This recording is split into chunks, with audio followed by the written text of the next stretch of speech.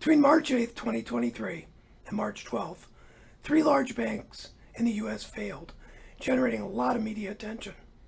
Pundits wrote about the pending collapse of the U.S. banking system and dire consequences for the stock market and economy.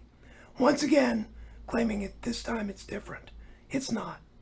For a little context, on March 8th, Silvergate, California-based bank, announced it would cease operations. Silvergate catered largely to cryptocurrency companies, including the failed exchange FTX.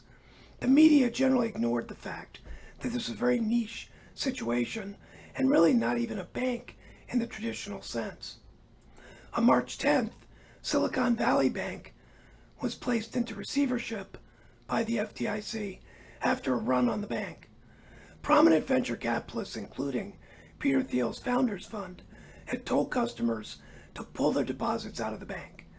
And by the end of the day on March 9th, depositors withdrew more than $42 billion. Another unique situation.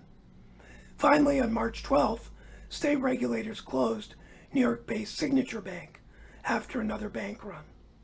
On the same day, March 12th, the U.S. Treasury, Federal Reserve, and FDIC issued a joint statement saying that all depositors of Signature Bank and Silicon Valley Bank would be made whole, and announced actions to shore up deposits to try to prevent further bank issues. No depositors lost any funds. Silvergate and Silicon Valley were niche situations and really not indicative of the banking climate. As we've said for 3 decades, the media often will focus on incomplete and negative information with a bias towards the short term. This type of attention creates unnecessary anxiety, panic, and potentially drops in the market.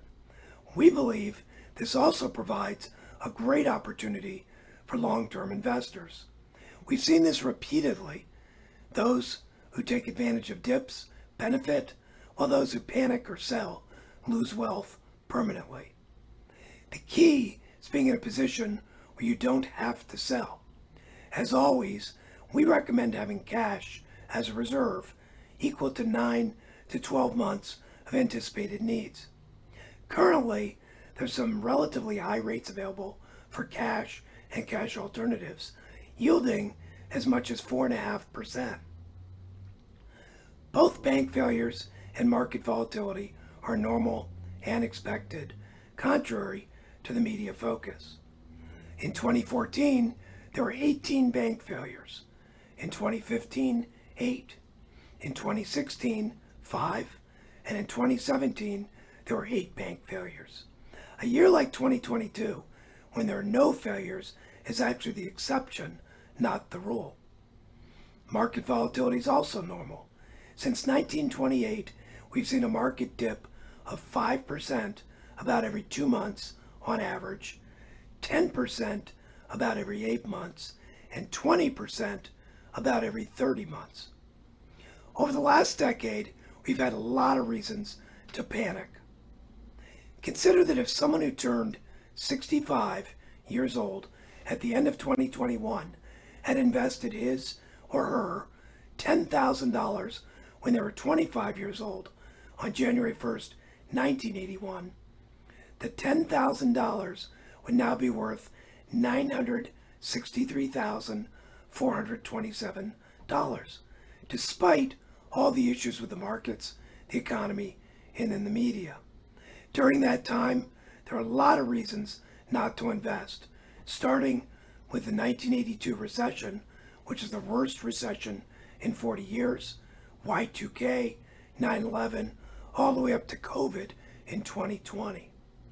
There are always reasons not to invest and to panic, and most likely always will be. The current bank failures are not new or different. We believe they do present an opportunity. While the events change, the market's reaction tends to be the same, as are the opportunities. This is all simple in theory, but it is difficult in practice. That's why we're here for you. Our team has more than 250 years of combined experience with all kinds of market and economic conditions. Please reach out if you have questions or concerns, or if we can otherwise be of service. There are tremendous opportunities to build wealth today, and also potential pitfalls. As always, your vision is our priority, and your financial well-being is our passion. We look forward to connecting with you, your family, and your friends.